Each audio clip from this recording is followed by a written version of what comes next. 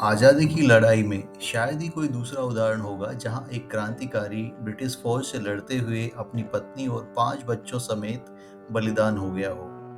जी हाँ, ये कहानी है झारखंड में रांची के पास छोटा नागपुर एरिया के एक किसान परिवार में जन्मे बुद्धू भगत की। साल भर खेत में मेहनत करने के बाद जो फसल उगती थी, उसे अंग्रेज सैनिक लगान के रूप में उठा ले जाते थे। अंग्रेज सैनिक वहां की महिलाओं का यौन शोषण भी करते थे। यदि कोई विरोध करता तो उसकी जमीन हड़प कर जेल में डाल देना ये आम बात हो गई थी। लेकिन बुद्धू भगत से ये सब सहा नहीं गया। उन्होंने ठान लिया कि इस जिल्लत, क्रूरता और जुल्म को और नहीं सहेंगे। अपने लोगों को इन सब से मुक्ति दिलाएंगे।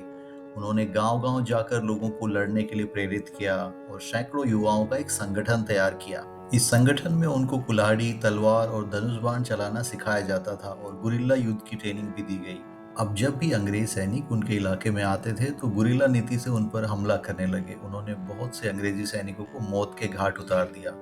सैनिकों द्वारा छीना हुआ धन गांव वालों को वापस कर देते थे। इससे पूरे एरिया में बुद्धू भगत की प्रसिद्धि बढ़ गई। लोग उन्हें देवता का अवतार मानने लगे।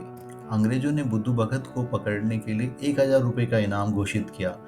अब 1,000 रुपए का इनाम सुन के सामान्य सी बात लगती है, लेकिन 1830 में 1,000 रुपए का इनाम यदि केवल 5% इन्फ्लेशन रेट से देखें तो आज 2025 में बनता है 1,30,00,000 रुपया। जी हाँ, इतना इनाम रखने के बाद भी कोई उनकी खबर देने को तैयार नहीं हुआ। इससे पता चलता है कि लोग बुद्धू भगत को कितना मानते थे।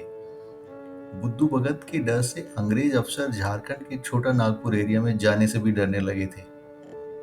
लंबे समय से कोई कर वसूली नहीं कर पा रहे थे। ये बात कंपनी के बड़े अधिकारियों को पच नहीं पा रही थी। बुद्धू भगत को पकड़ने के लिए फरवरी 1832 में बनारस, दानापुर और बैरकपुर की छावनियों से 5,000 से अधिक सेना बुला ली गई। पूरे इलाके को घेर लिया गया। सेना ने एक-एक करके घरों को जलाना शुरू किया और गांव के लोगों को प्रताड़ित करना शुरू किया। इसकी सूचना जब बुद्धू भगत को लगी तो वो अपने साथियों सहित वहां पहुंच गए। गांव वालों को बचाने के लिए बुद्धू भगत आत्मसमर्पण करने को तैयार हो गए थे। लेकिन लोग अपनी आंखों के सामने अपने महानायक को अंग्रेजी सेना को कैसे लेकर जाने दे सकते थे। सब लोग सेना के सामने आकर खड़े हो गए। अंग्रेजी फौज ने भीड़ पर गोलियां चलाना शुरू कर दिया। बुद्धू भगत और उसके साथियों ने भी अंग्रेजों पर हमला बोल दिया।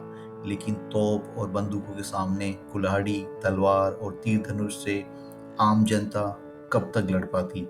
इस भीषण लड़ाई में 300 से अधिक स्थानीय लोग अंग्रेजों की गोलियों का शिकार हो गए। इसमें बुद्धू भगत के साथ उनकी पत्नी और 5 बच्चे भी मारे गए। अंतिम सांस तक अन्याय और अत्याचार के विरुद्ध लड़ने वाले इस महान क्रांतिकारी योद्धा को कोटि कोटि प्रणाम।